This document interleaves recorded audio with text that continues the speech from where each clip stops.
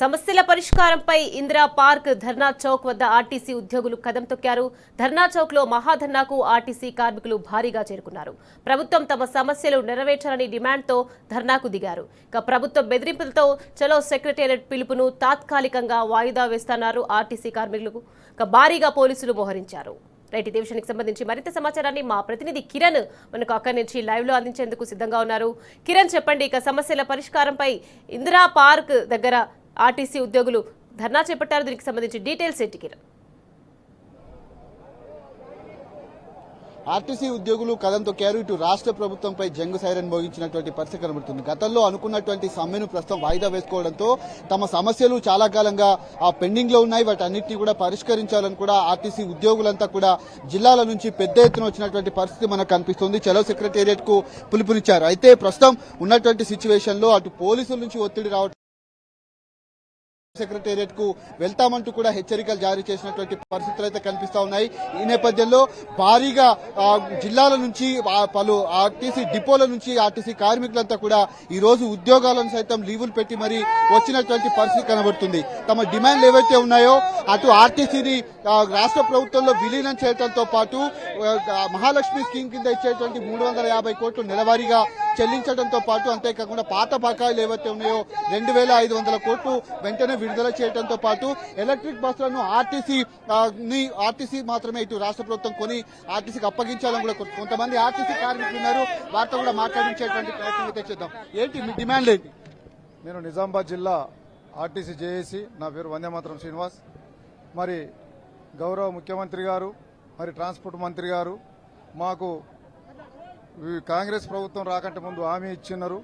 ఆర్టీసీలో మా కాంగ్రెస్ ప్రభుత్వం రాగానే గుర్తింపు సంఘాలను ఇస్తాము, అదేవిధంగా మిమ్మల్ని ప్రభుత్వంలో విలీనం చేస్తాము. మరి గౌరవ కేసీఆర్ గారు మరి ముఖ్యమంత్రిగా ఉన్నప్పుడు 44% మాకు ఫిట్మెంట్ ఇచ్చిండ్రు. ప్రభుత్వంలో విలీనం చేస్తామని చెప్పి కూడా గవర్నర్ గారి మీదనే మేము ధర్నాలు చేసినటువంటి రోజులు ఆ రోజులలో. మళ్ళీ మేము మా టీఆర్ఎస్ ప్రభుత్వం ఇట్లా అయితే మేము వెంటనే మేము ప్రభుత్వంలో విలీనం అపార్ట్మెంట్ డే ప్రకటిస్తామని చెప్పిండ్రు. అయినా మరి ఆర్టీసీ కార్మికులు అందరం కూడా మరి కాంగ్రెస్ ప్రభుత్వానికి పట్టం కట్టి కాంగ్రెస్ ప్రభుత్వాన్ని ఇప్పుడు 2.5 సంవత్సరాలుగా ఈ రాష్ట్రంలో మరి ప్రజాపాలన అందిస్తున్నామని చెప్తున్నారు. మహాలక్ష్మి పథకం ఫస్ట్ ఆర్టీసీ మీదనే పెట్టినప్పుడు మేమందరం కూడా డ్రైవర్ కండక్టర్లమే కాకుండా ఆర్టీసీలో ఉన్న సిబ్బంది అందరూ కూడా మరి మహాలక్ష్మి పథకాన్ని మేము విజయవంతంగా నడిపిస్తా ఉన్నాం ఇప్పటికి కూడా.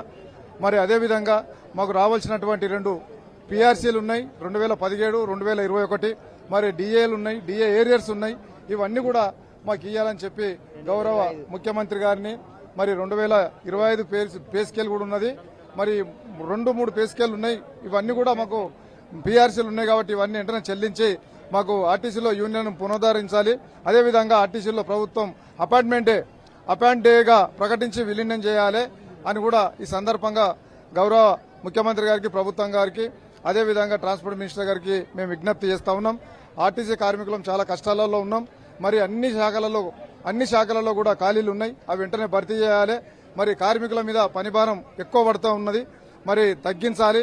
మీరు రెగ్యులర్ ఎవరైతే బెడ్వినర్ స్కీమ్ లో అపాయింట్మెంట్ అయినటువంటి మరి కార్మికులు ఉన్నారో వాళ్ళని వెంటనే రెగ్యులర్ చేయాలి.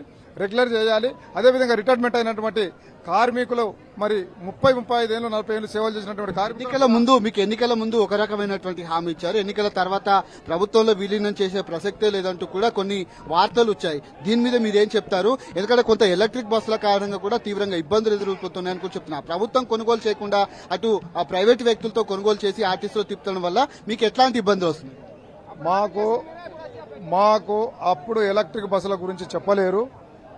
వచ్చిన తర్వాత మరి ఎలక్ట్రిక్ బస్సులు కూడా తీసుకొచ్చి ఆర్టీసీ కార్మికులను మరి పెద్ద ఎత్తున తగ్గిస్తా ఉన్నారు. ఆర్టీసీలో ఈ యొక్క మరి కేంద్ర రాష్ట్ర ప్రభుత్వాలు 2 కూడా ఒకటైపోయినాయి. ఇవాళ ఆర్టీసీ కార్మికులను మరి అంచే విధంగా ఆర్టీసీ కార్మికులకు ఇచ్చినటువంటి హామీలను నెరవేర్చకుండా ఇవాళ మాకు రావాల్సినటువంటి 2 పిఆర్సీలు, డిఏ ఏరియర్స్, డిఏలు, మరి రెగ్యులర్ కావాల్సినటువంటి బెడ్వినర్ స్కీమ్ కార్మికులు ఉన్నారు.